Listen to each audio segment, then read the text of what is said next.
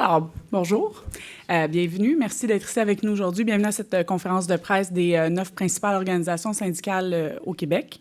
Brièvement, les porte-paroles syndicaux vont s'adresser à vous dans l'ordre suivant. Donc, Éric Gingras, président de la CSQ, Caroline Senneville, présidente de la CSN, Julie Daigneault, vice-présidente de la FIC, Robert Comeau, président de la PTS, Mélanie Hubert, présidente de la FAE, Michel Girard, vice-président du SFPQ, Guillaume Bouvrette, président du SPGQ, Luc Vachon, président de la CSD, et Magali Picard, présidente de la FTQ. Donc, à tour de rôle, une prise de parole et on va ensuite passer à une période de questions. Donc, je cède la parole dès maintenant à Éric Gingras, président de la CSQ. Oui, donc merci beaucoup d'être ici. Écoutez, soyons clairs dès le départ, là, les syndicats ne sont pas en guerre contre le gouvernement, c'est plutôt François Legault qui cherche un super vilain. Mais on ne va pas être Drago parce qu'il n'est certainement pas Rocky. Donc, de notre côté, ce qu'on veut dénoncer, justement, c'est l'idée de mettre de côté, d'affaiblir les contre-pouvoirs, puis ça, c'est inacceptable au Québec. L'autre enjeu, puis ça, c'est important de se le dire, là, quand on parle de cotisation syndicale, c'est pas ça qui est réellement visé par François Legault. C'est de s'immiscer dans notre pouvoir démocratique, de choisir ce qu'on mène comme bataille, ce qu'on choisit comme sujet. Et ça, c'est inacceptable. Oui à la transparence, mais non à l'ingérence. Finalement, je pense que le gouvernement devrait être un vrai leader. Le gouvernement devrait, M. Legault devrait être un vrai premier ministre et s'attaquer aux priorités, unir les Québécoises et les Québécois au lieu de diviser, et notamment en travaillant pour une priorité que tout le monde nomme, l'éducation au Québec notamment. Ce à quoi on assiste depuis des mois, et particulièrement les dernières semaines, c'est tellement déplorable à tellement de niveaux. M. Legault nous rabat les oreilles avec le fameux traitement choc qu'il veut infliger à la fonction publique, aux services publics, aux travailleurs et travailleuses via les syndicats. Mais nous, ce qu'on dit, c'est M. Legault qui a besoin d'un traitement de choc. Il a besoin d'un traitement de choc parce que je pense qu'il ne vit pas sur la même planète que nous.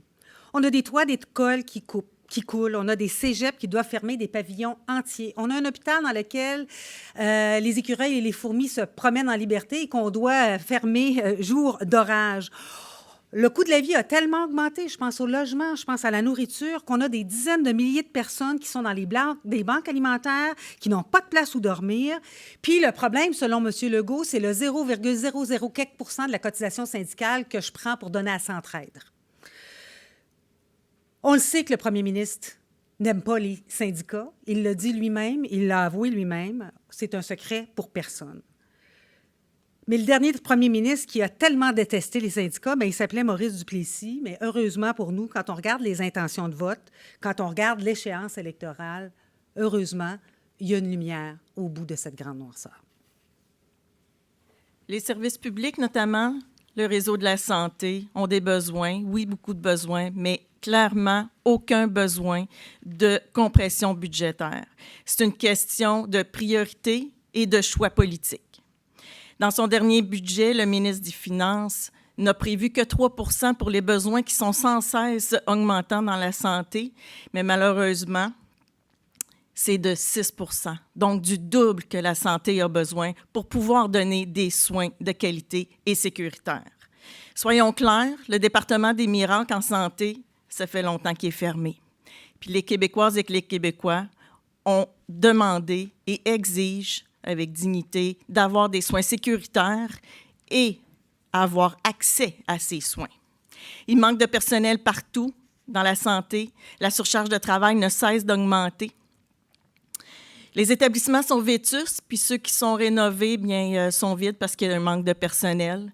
Les patients doivent faire des dizaines de kilomètres pour pouvoir avoir des soins, faute d'avoir les soins à proximité de leur domicile. Le gouvernement doit se recentrer sur les priorités des Québécois et des Québécoises. Donc, dans ces priorités, c'est l'accès aux soins et avoir des soins sécuritaires. Il est plus qu'urgent pour ce gouvernement d'avoir un changement de vision, d'arrêter de voir une vision comptable, mais aller vers une vision humaine où il va prendre soin des Québécois et des Québécoises et que ça sera au cœur de ses décisions. Bien, ce qu'on voit en ce moment, c'est un gouvernement qui panique carrément. Il est en chute libre dans l'opinion publique. Puis au lieu de s'attaquer aux vrais problèmes, il invente carrément des distractions. François Legault est parti en guerre contre des moulins à vent, carrément. Il veut nous faire croire que les syndicats sont le problème. Mais les vrais enjeux, on les connaît, ils sont ailleurs. C'est le logement, c'est le coût de la vie, la santé, les services sociaux et l'éducation. Couper dans les services publics, sabrer les droits syndicaux, aller jusqu'à micro-gérer la façon dont nos membres vont s'exprimer, dont vont écrire, ça ne règle absolument rien. Alors, ce n'est pas comme ça qu'on va rétablir la confiance avec la population. Un gouvernement a la responsabilité de préserver la paix sociale et non pas tenter d'introduire l'agitation. Les travailleuses, les travailleurs, c'est eux qui font tourner l'économie du Québec. Et nous, les syndicats, on est là pour les défendre, pour proposer des solutions, pas pour être les boucs émissaires d'un gouvernement qui est carrément en déroute. Nous sommes là pour aider à construire et la CAQ est là pour diviser. Ce qu'on demande, c'est très simple. On demande le respect, on demande du dialogue et on demande des gestes concrets pour améliorer le quotidien des gens ordinaires. Alors, bonjour. François Legault a trahi sa promesse faite à la population de faire de l'éducation une priorité au Québec.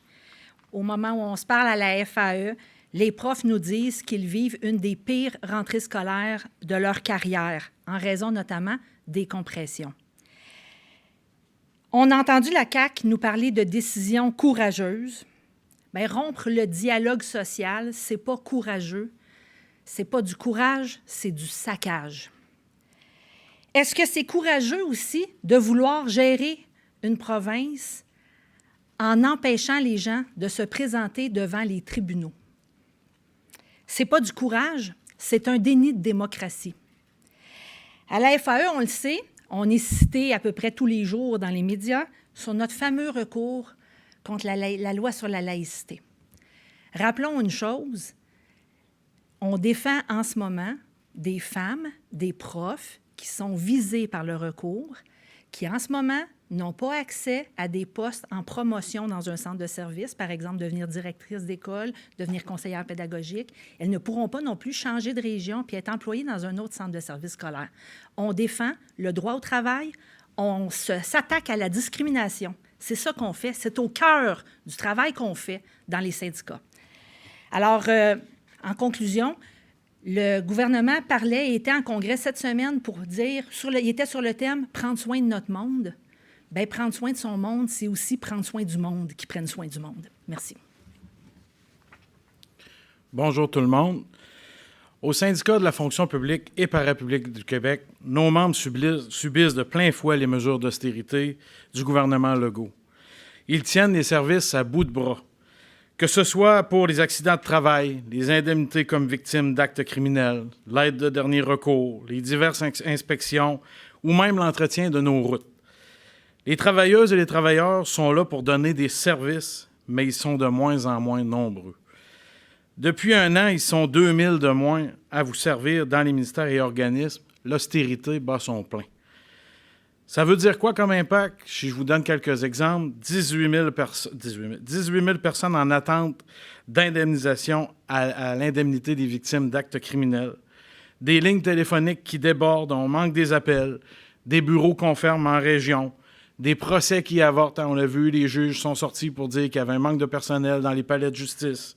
L'analyse de l'eau, l'inspection de l'environnement, l'inspection de nos forêts, tout est diminué au maximum parce qu'on n'a plus de personnel pour faire ce travail. Pour pallier ce manque, le gouvernement se tourne vers quoi? Vers la sous-traitance généralement et surtout dans certains ministères comme le ministère des Transports où on a vu l'augmentation de la sous-traitance à 50 % de plus en 10 ans. Qu'est-ce que ça coûte? Bien, ça coûte évidemment 50 % plus cher à nous, tous les citoyens. Également de la sous-traitance pour les contrats d'informatique. Donc, la CAQ doit arrêter le gaspillage dans les contrats, dans la sous-traitance. Ce qu'on réclame, ce n'est pas compliqué. La fin des mesures d'austérité qui minent les services à la population. L'élastique est déjà bien assez étiré dans la fonction publique. Si la CAQ réduit davantage les effectifs, on fonce droit dans un mur. Merci. Je vais vous parler d'efficacité, de sous-traitance et de bureaucratie, c'est le nouveau mot à la mode. Ce gouvernement qui, depuis 7 ans, n'a fait que multiplier les structures administratives dans l'appareil gouvernemental, ose aujourd'hui nous parler d'efficacité. Alors que des solutions, il y en a, on en a proposé à travers les années. Mais il a ajouté des structures administratives, des CA inefficaces, et ensuite, il veut nous faire porter le blâme. En termes de sous-traitance, j'entends beaucoup les penseurs de droite s'indigner de l'augmentation de la masse salariale des employés de l'État, de la fonction publique québécoise qui porte les services publics à bout de bras. Savez-vous que la sous-traitance gouvernementale a augmenté 6 fois plus rapidement que la masse salariale des employés de l'État? J'ai pas entendu personne s'indigner de ça sur la place publique. Il serait temps de poser des questions. Le gouvernement a amené la bureaucratie comme nouveau mot à la mode. Il faut couper dans la bureaucratie. La réalité, c'est qu'actuellement, il prend la voie facile. Il invoque une camisole de force des syndicats, mais si elle existait, comment aurait-il pu couper 3000 postes de la fonction publique québécoise juste dans la dernière année? Ce qu'il appelle la bureaucratie, c'est des services de première ligne. Ce qu'il appelle la bureaucratie, c'est tourner les coins ronds maintenant. Analyse environnementale bâclée. À la sécurité civile, on croise les doigts, dis-je, qu'il n'y ait pas d'inondation au printemps prochain parce qu'on manque d'effectifs pour faire le travail. Et des exemples comme ça, il y en a 1001.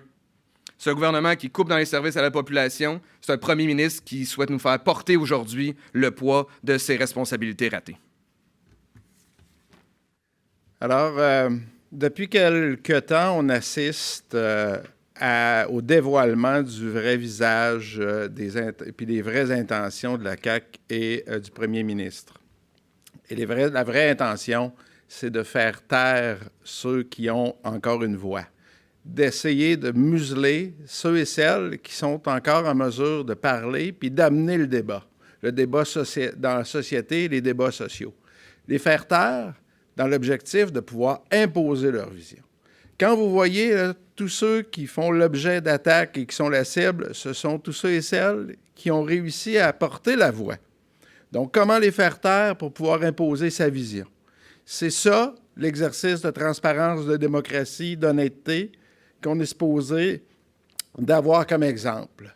Regardons le bilan de la CAQ des 7 dernières années. Regardons comment ce gouvernement-là, dans les différents projets, que ce soit Norvolt, Saclic et autres projets, comment lui a fait exemple de transparence, exemple d'honnêteté, mais pas du tout. Et aujourd'hui, il sert des leçons d'honnêteté en voulant s'attaquer aux syndicats. Les syndicats font partie des acteurs sociaux. Ils peuvent amener les débats sociaux, ils peuvent construire la société et ne pas faire que comme le slogan du caucus qui dit « protéger notre monde ». Bien, nous, on veut protéger le monde. Nous, on s'adresse à tout le monde, puis construire une société. Les syndicats, c'est ça notre contribution. Alors, je suis la dernière ce matin à m'entretenir avec vous, puis je ne répéterai pas ce qui a été dit. Je pense que tout le monde comprend que le gouvernement de François Legault veut faire diversion, veut attirer l'attention sur les méchants syndicats pour cacher leur bilan catastrophique. Mais ça, on ne se laissera pas faire. Et je suis convaincue que la population du Québec est capable de faire la différence. Les gens ne se laisseront pas manipuler par le gouvernement. Je parle également aux travailleurs, travailleuses syndiqués. Est-ce qu'on est parfait, les syndicats? Absolument pas. Est-ce qu'il y a pièce d'amélioration tout le temps? On est tous ensemble ici, on participe à des états généraux du syndicalisme. Mais ce qui est clair, c'est que la journée où un gouvernement va s'ingérer dans notre gouvernance, va nous museler, bien, c'est tout le Québec qui va reculer. Pourquoi? Parce que notre mission, c'est la justice sociale.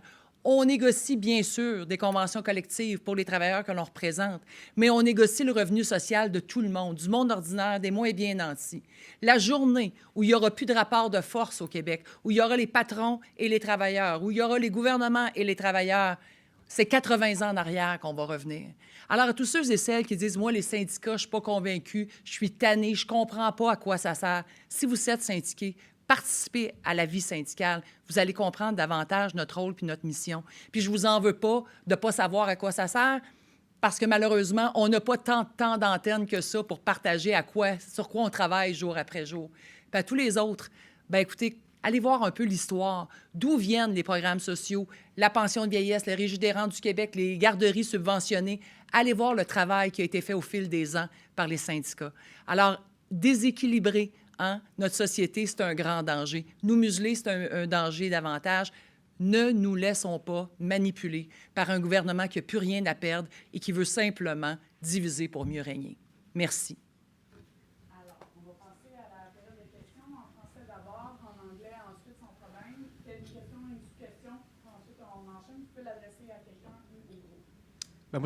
Bonjour, Marc-Antoine Nouniez pour TVA Nouvelles. C'est une question plus pour le groupe. Monsieur Boulay, aujourd'hui, cet avant-midi, lors du congrès de la CAQ, lui assure qu'il a l'appui des travailleurs syndiqués. Est-ce que c'est le même son de cloche que vous avez du côté de vos membres?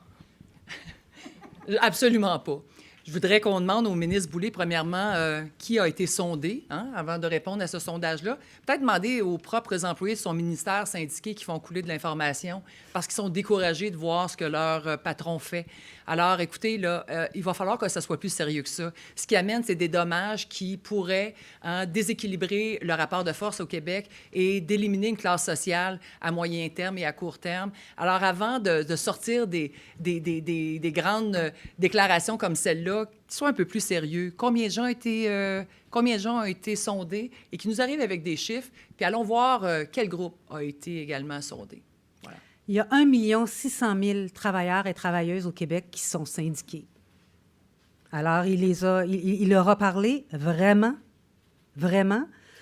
Le journal Les Affaires, qu'on peut accuser de beaucoup de choses, mais certainement pas d'être des crypto-syndicalistes, a titré son dernier article « Le problème est dans la tête de M. Boulay ». Alors, ça n'en dit long. Les syndicats, ma collègue le dit, ne sont pas parfaits.